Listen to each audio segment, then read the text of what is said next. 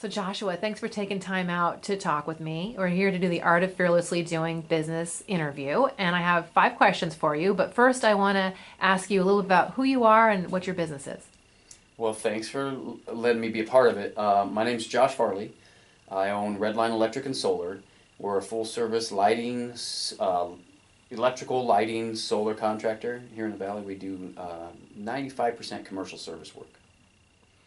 And so, what was the reason you started your business? Like, why did you get started? Why electrical? Well, my dad's an electrician. I got an opportunity to work with him when I was younger, and before I knew it, I was making more money than all my friends, and they were going off to college, doing minimum wage jobs, making $4 an hour. I was making $8 an hour. I thought I was, leading the Rock way. star. Yeah, I was a rock star. So I kind of followed in my dad's footsteps as far as that, and then I got to a point where I was making too much money. I didn't want to do anything else. I was good at it.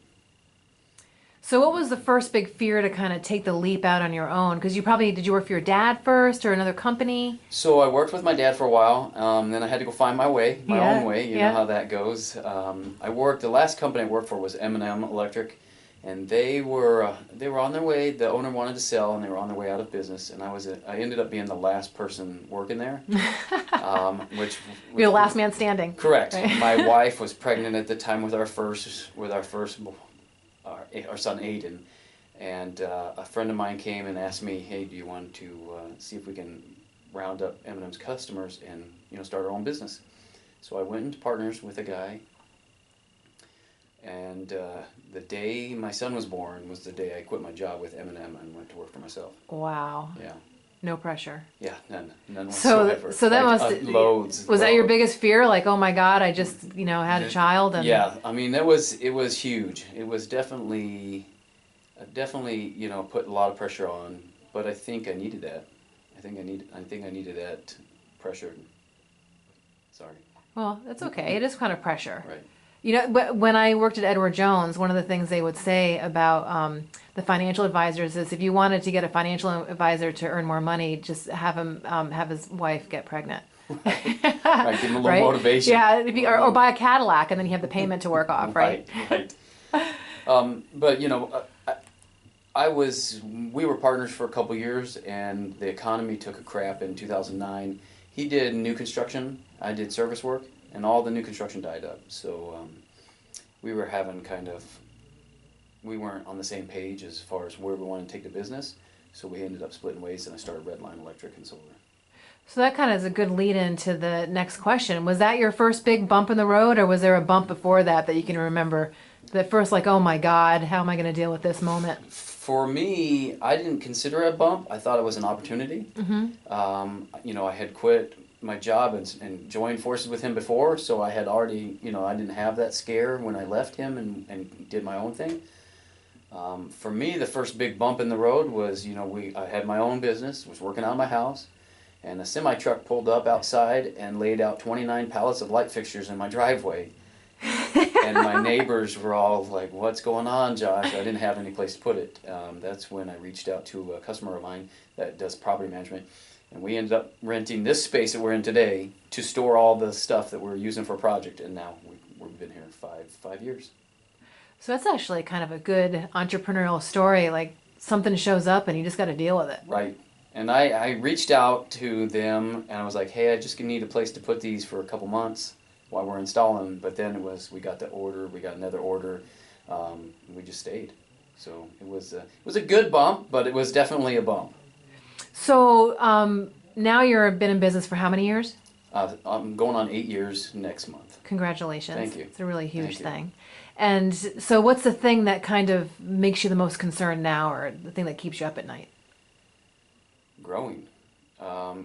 We've been over $1 million for a few years now, and I've got quite a few employees that are counting on me to provide an opportunity for their growth, and and I'm worried about growing all the time. I've taken risks on how to grow my business. We want to be bigger, but what do? I hired sales guys that didn't work out. I've tried different marketing. I've tried different marketing avenues that didn't work out. So now it's so this year Sorry, That's okay. let me refocus. Yeah. Last year we brought on some solar investors. Mm-hmm. It was a horrible. It didn't work out. It was a long story short. We had the worst year we ever had.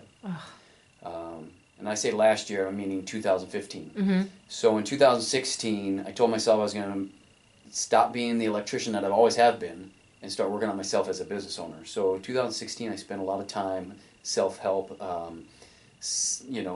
developing myself, try to learn the ins and outs of my numbers, being able to manage my numbers, become a business owner, somebody that can take a business to the next level.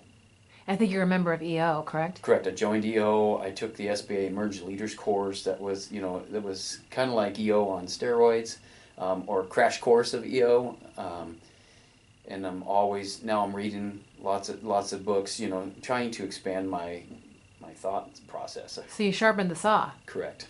That's awesome. Well, I think I got a new saw. It's like I've threw the saw out, I've been an started over. electrician my whole life. Right. I never owned a business. When I quit my job and went to work for myself, I was doing the same thing I was doing before, but I just instead of turning the invoice into the office somewhere else, I gave it to the customer, and they wrote me a check. Right. So instead of working in your business, you're working on your business today. Yes. So this year was a lot of developing myself to work on the business. It's huge. Some business owners never make that leap. They're great pie makers, and they never make the leap over to being owning a bakery. I miss making the pie. That's funny. Pie makers. I miss being in the field doing the work, and there's a lot of pride to when you're done. But I wouldn't. I feel better now. Right. And I feel that it gives my employees more opportunity and gives us opportunity for my family. So before the interview, we were talking about, what these interviews kind of mean to me and who I hope they speak to. So if someone's listening to this video and they're, afraid to get started and they're just kind of dragging their feet about it, what would you tell them the biggest lesson about being fearless is that you've learned? I would say get out of your own head. Just do it. What's the worst that could happen? Yeah. Right. The answer is always no if you don't ask. Right. So just do it. Give it a shot. And is that how you feel that in 2017 will go for you? You've got some new things going on. 2017, I'm gonna buy a business. I'm gonna buy a building. We're gonna try to grow. We're gonna try to double in size. And I say that we're going to double in size. Yeah. Just there do you it. go. Get out. I got to get out of my head sometimes. So right. Yeah, I would say just do it.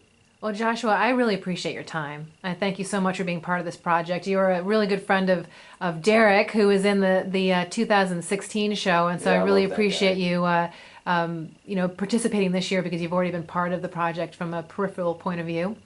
And I look forward to seeing you at the 9 Gallery on May 5th for the opening. I can't wait. It's going to be a blast. Thanks so much. Thank you.